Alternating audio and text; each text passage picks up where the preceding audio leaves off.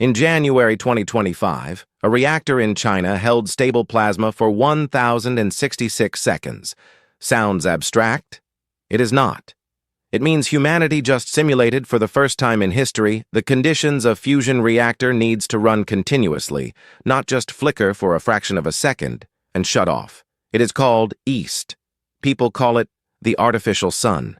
And inside it, the temperature crosses 70 million degrees Celsius, sustained for almost 18 straight minutes. In the next few minutes, I am showing you exactly 4 things: why this matters right now, how a reactor like this actually works, who is pouring billions into this race, and why we are still, honestly, stuck at almost. Let us be Suze about this from the start.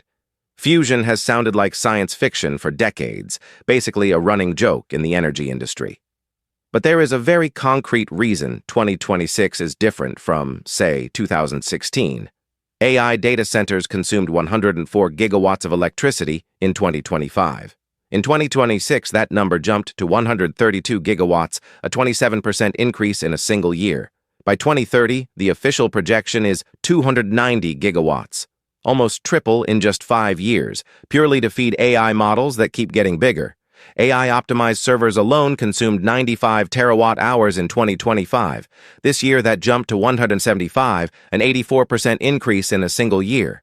Starting in 2027, they will consume more than every conventional server combined. Most electrical grids on the planet simply cannot keep pace with that kind of appetite. And that is exactly where fusion enters the conversation. Fuel that is practically unlimited, deuterium pulled straight from seawater. No risk of a meltdown like fission, and no long-lived radioactive waste. This is not an abstract lab ideal from the 1950s anymore. It is a need with hard numbers behind it, right now, in 2026. So how does a reactor like EAST actually work? It is called a tokamak, a donut-shaped chamber surrounded by massive superconducting magnets. The magnets create an invisible cage that holds the plasma suspended in midair, never touching the walls because no solid material on Earth would survive direct contact with it. Inside that cage, 2 hydrogen isotopes, deuterium and tritium, fuse under extreme pressure and heat, producing helium, a free neutron, and an absurd amount of energy. That is technically the exact same reaction powering the sun right now while you watch this video. The difference is the sun has enormous gravitational pressure on its side. Its mass is unimaginable. We do not have that on Earth, so we compensate with temperatures far more extreme than anything inside the sun itself. How extreme, exactly? In May 2021, EAST hit 120 million degrees Celsius, sustained for 101 seconds, 10 times hotter than the sun's own core, which sits at a comparatively mild 15 million degrees. At one point during that same run, they pushed it to 160 million degrees for 20 seconds. They basically built inside a lab in Hefei, the hottest known point in the entire solar system, hotter than any star visible in the night sky.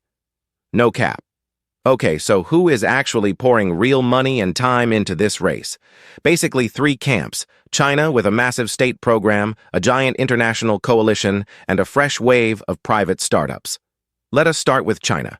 EAST is run by ASIPP, the Institute of Plasma Physics in Hefei, and their progress on plasma duration has been brutally consistent, year after year. 2016, over 1 minute of stable plasma, a first for any tokamak on the planet. 2017, over 100 seconds. 2023, 403 seconds.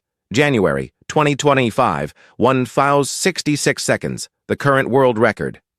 China invests nearly $1.5 billion a year in fusion alone, almost double what the United States spends on the entire field.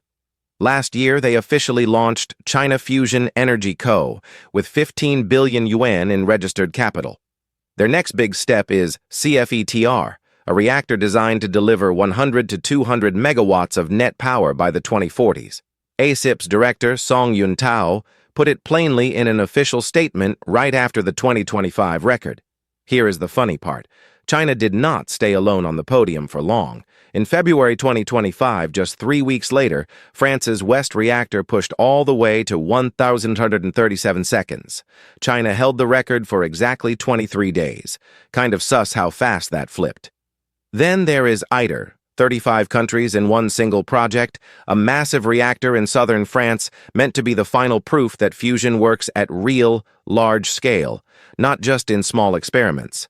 And the U.S. is taking a completely different approach. NIF, the National Ignition Facility, uses lasers instead of magnets inside a tiny chamber.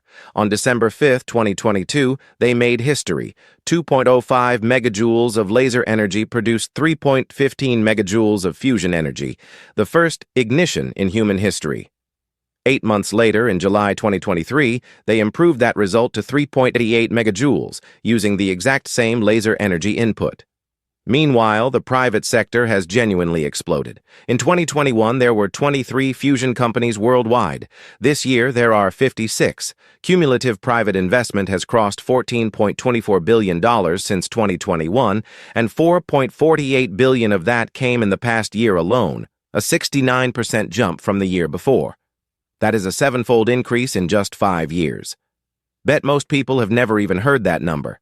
Industry headcount exploded right along with it, from just over 1,000 employees in 2021 to more than 5,600 this year. Commonwealth Fusion Systems, out of Massachusetts, is already 80% assembled on their private reactor Spark, with first plasma targeted for 2027. They raised $863 million in their latest funding round alone.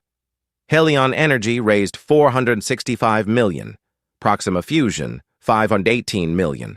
All within the last 12 months. So with all that money and all those records, why is fusion not on the power grid yet?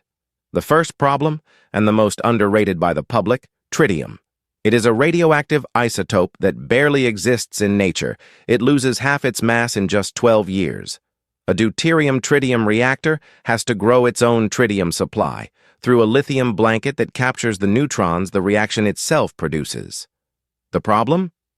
Nuclear physics says the maximum possible breeding ratio is roughly 2-to-1, a margin so narrow that any small leak or maintenance shutdown can wipe it out entirely. And that technology, at real scale, has not been demonstrated anywhere on Earth yet. Kind of sus, right? Then there is the money, obviously. ITER, the largest collaborative science project in human history, started with a $5 billion budget and a 2020 target date. That budget has now crossed $22 billion, and the full testing date has been pushed to 2039. The second major budget and schedule overhaul in just 8 years. The project basically gets cooked with every official update, and even NIF's historic ignition was one single successful shot, in one small chamber in one lab. Not sustained. Not anywhere close to grid scale. The plain truth in 2026, no fusion reactor on Earth, not a single one, is producing net electricity onto the public grid continuously today. On top of that, constant high-energy neutron bombardment physically degrades reactor walls over time. Materials that can survive decades of that are still being actively researched right now. So where does this realistically leave us in the coming years? Commonwealth Fusion Systems is targeting demonstrated net energy gain in 2027. If they pull it off, it would be the first privately built magnetic confinement machine on Earth to produce more energy than it consumes. China is targeting a full industrial prototype by 2035 and net power delivered to the grid by the 2040s. This is practically a new space race, except instead of competing to reach the moon first, we are competing over who powers the planet with clean energy first. And China is investing double what the U.S. spends year after year with no sign of slowing down. Here is the part that is funny and serious at the same time. Fusion has been the energy industry's standing joke for decades, always 20 years away, no matter what decade you are standing in. But the charts from 2025 and 2026 genuinely look different from that tired old joke. East's record grew 2.6 times over 2023, the number of private companies doubled in 5 years, and private investment grew sevenfold in that same window. This is the first real acceleration curve the field has ever had. Big W for the field, even if the final proof is still not fully in hand. And if this problem actually gets solved, right as AI energy demand explodes toward 290 gigawatts, we close the loop from the start of this video. Clean, abundant energy, exactly when we need it more than at any other point in human history. So, to answer it directly, is fusion solved? Not even close? Is it closer than it has ever been, backed by real data instead of empty conference stage promises? Absolutely. If this one got you hooked, follow the channel. The next mini-documentary comes with the same real verified data, no empty speculation and no unearned hype.